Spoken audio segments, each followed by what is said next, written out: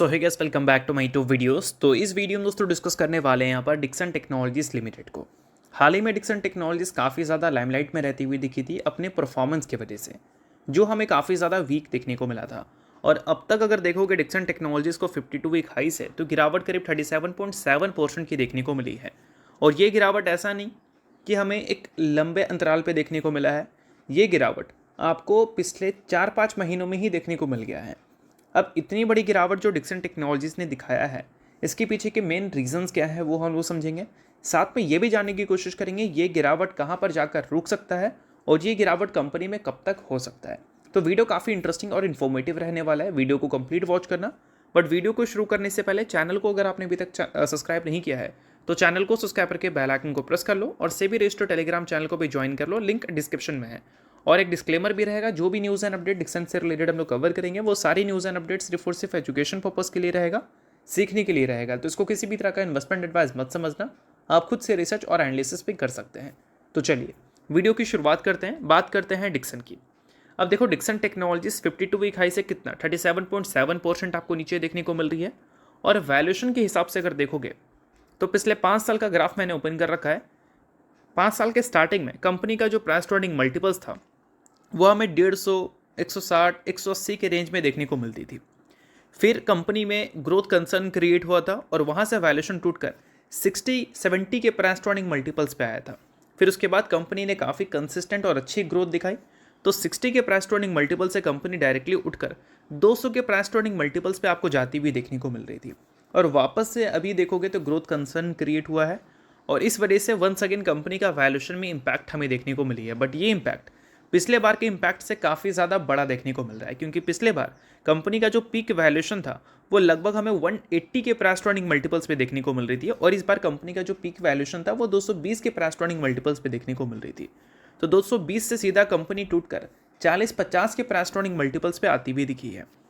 तो इस बार का जो वैल्यूएशन में करेक्शंस दिखी हैं वो पिछले बार के कंपैरिजन में काफ़ी ज़्यादा दिखा है।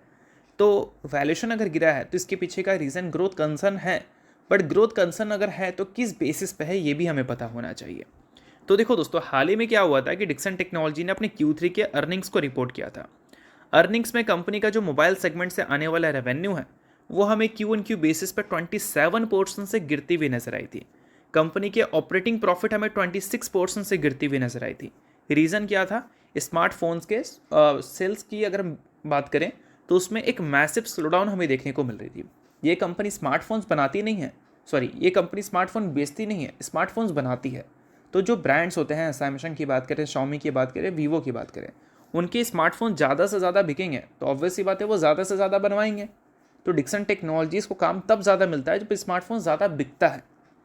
और अभी रिसेंटली क्या हुआ है कि मेमोरी के जो प्राइजेस हैं वो इतना ज़्यादा बढ़ चुके हैं कि स्मार्टफोन्स बनाना पहले के मुकाबले काफ़ी ज़्यादा महंगा हो रहा है। और इस कारण क्या है कि कंपनी 4, 5, 10% तक अपने स्मार्टफोन के प्राइस को बढ़ाने का सोच रही है, क्योंकि अगर कम प्राइस पे वो बेचेंगे तो मार्जिन उनको कम मिलेगा और ज़्यादा प्राइस पे बेचेंगे तो ऑब्वियस सी बात है उनको डिमांड कम मिलेगी। तो इन सारी चीज़ों की वजह से डिक्सन टेक्नोलॉजी में एक बड़ा क्वेश्चन मार्क लगा हुआ है कि कंपनी का आगे चलकर ग्रोथ हमें कम होता हुआ दिख सकता है। और Q3 में उसका इम्पैक्ट हमें देखने को मिल भी गया। बट उसके साथ दोस्तों और भी कई सारी चीज़ें हैं जो कि आपको पता होनी चाहिए। अगर हम बात करें कंपनी के PLI स्कीम के डेटा के बारे में, तो यही कंपनी है पूरे मार्केट में जो सबसे ज़्यादा PLI स्कीम से बेनिफिट ली है, खासकर मोबाइल PLI स्कीम से। सो अब दोस्तों वीडियो में आगे बढ़ने से पहले बात कर लेते हैं एक सेबी रजिस्टर्ड टेलीग्राम चैनल के बारे में, जो कि अपने ही टीम मेंबर का है और उसको अगर आपने अभी तक ज्वाइन नहीं किया है तो आप उसको ज्वाइन कर सकते हैं। अब देखो, ज्वाइन करने का सबसे बड़ा बेनिफिट क्या है कि काफ़ी सारी कंपनी के जो चार्ट्स होते हैं उसको अच्छी तरह से एनालिसिस कर आपको यहाँ पर अपडेटेड देखने को मिलता है। और सेबी रजिस्टर्ड टेलीग्राम चैनल है तो सेबी रजिस्टर्ड रिसर्च एनालिस्ट के द्वारा अच्छी तरह से प्रॉपर एनालिसिस करके ही ये सारी डिटेल्स आपको देखने को मिलती हैं। तो लिंक आपको डिस्क्रिप्शन में दिख जाएगा, लिंक के थ्रू जाकर चैनल को ज्वाइन कर लो। और अब हमें कंपनी के मोबाइल PLI स्कीम की एक्सपायरी अगले महीने देखने को मिलेगी और इसी वजह से एक बड़ा कंसर्न है, क्योंकि कंपनी का main source of income mobile वाले सेगमेंट से ही जनरेट होता है और इसकी ही अगर एक्सपायरी होगी तो ऑब्वियस सी बात है कि कंपनी को उतने ज़्यादा ऑर्डर्स में भी नहीं मिल पाएंगे जितने ज़्यादा ऑर्डर्स कंपनी को पहले मिला करते थे। ये भी एक बहुत बड़ा कंसर्न है और इस वजह से भी डिक्सन टेक्नोलॉजीज़ में गिरावट देखने को मिल रही है। अब इन सारी चीज़ों के बाद डिक्सन टेक्नोलॉजीज़ ने तो बता दिया है 2028 के फाइनेंशियल ईयर तक हम अपने रेवेन्यू को 2.5 गुना करने का टारगेट लेकर चल रहे हैं। बट मार्केट उनके मैनेजमेंट की कमेंट्री पे नहीं, करंट डेटा के बेसिस पे कंपनी को लेकर अपने ओपिनियंस रख रही है। और करंट डेटा के बेसिस पे तो यही लग रहा है कि कंपनी के आगे चलकर जो अर्निंग्स हैं वो और भी डिसअपॉइंटिंग हो सकते हैं। तो Q4 की अगर अर्निंग्स एस्टिमेट की बात करें तो पिछले साल के Q4 में कंपनी ने 10,293 करोड़ का रेवेन्यू रिपोर्ट किया था। इस बार का एस्टिमेट है कि 11,500 करोड़ से लेकर 12,200 करोड़ तक का रेवेन्यू हमें देखने को मिल सकता है। और साथ में अगर हम कंपनी की EBITDA की बात करें तो पिछले साल के Q4 में 443 करोड़ हमें देखने को मिल रही थी, जो कि इस बार ये बढ़कर 480 से लेकर 520 करोड़ तक हमें देखने को मिल सकता है। बट कैच आता है कंपनी के मार्जिन्स में। पिछले साल के Q4 में 4.3% का ऑपरेटिंग प्रॉफिट मार्जिन था कंपनी का, और इस बार ये नंबर गिरकर 3.9% से लेकर 4.2% तक हमें देखने को मिल सकता है। तो ऑपरेटिंग प्रॉफिट मार्जिन में गिरावट जो आएगा उससे एक्चुअल में कंपनी का प्रॉफिट डैमेज होगा।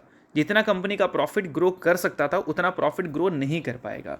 और नेक्स्ट क्वार्टर में एक्सपेक्टेशन है 220 करोड़ से लेकर 260 करोड़ तक का नेट प्रॉफिट कंपनी दिखा सकती है, जो कि पिछले फाइनेंशियल ईयर के हिसाब से अगर हम देखें तो कोई आउटस्टैंडिंग जंप हमें देखने को नहीं मिलेगी।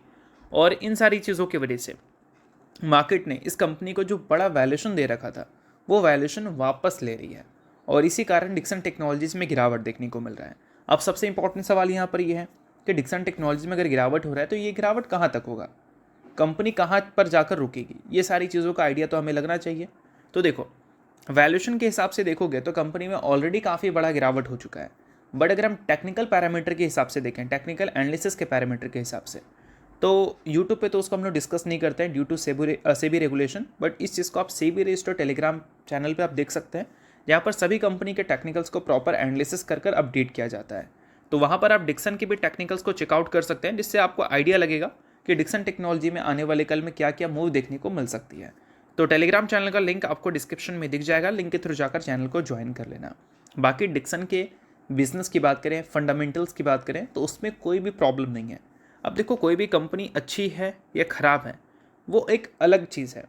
हर कंपनी में एक ग्रोथ फेस हमें देखने को मिलता है जहाँ पर कंपनी की अर्निंग्स ग्रो करती हैं, एक कंसोलिडेशन फेस आता है जहाँ पर कंपनी ग्रो नहीं कर पाती है, और एक करेक्शन फेस भी हमें देखने को मिलता है जहाँ पर कोई एक्सटर्नल फैक्टर की वजह से, इंटरनल फैक्टर की वजह से कंपनीज़ में गिरावट देखने को मिलती है।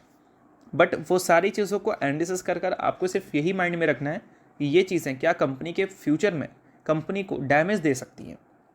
अगर नहीं दे सकती तो उस केस में कंपनी गिरावट दिखाएगी तो वो एक लिमिटेड होगा, ना कि ज़ीरो हो जाएगी कंपनी। बाकी अगर कंपनी से रिलेटेड और भी कुछ इंपॉर्टेंट क्वेश्चंस हैं आपको, तो उसके लिए भी आप चाहो तो कमेंट कर सकते हो। और साथ में दोस्तों, जो गिरावट का रीज़न हम लोग डिस्कस कर रहे थे उसमें एक और रीज़न मैं आपको बता दे रहा हूँ, जो कि बताना मैं भूल गया। वो है जॉइंट वेंचर। कंपनी ने एक जॉइंट वेंचर का फॉर्मेशन किया था जिसके लिए गवर्नमेंट से उनको अप्रूवल चाहिए था, तो वो अप्रूवल भी लगातार डिले हो रहा है। जब वो अप्रूवल मिल जाएगा तो उस दिन आपको डिक्सन टेक्नोलॉजी में तेज़ी देखने को मिल सकती है, क्योंकि वो भी गिरावट का एक मेन कारण है। तो यही सारी चीज़ें हैं जो कि आपको डिक्सन में नोट करनी है। अगर आप शेयर होल्डर हैं इस कंपनी के, नोट कर लो। बाकी शेयर होल्डर नहीं है, आप इग्नोर कर सकते हो। न्यूज़ थी, अपडेट्स थी, एनालिसिस थी, इस वजह से मैंने आपको शेयर कर दिया। बाकी ये किसी भी तरह का रिकमेंडेशन नहीं है। तो होप करता हूँ ये वीडियो आपको अच्छा लगा होगा। लाइक कीजिए, पहली बार सब्सक्राइब कीजिए। वीडियो निकले बहुत बहुत शुक्रिया।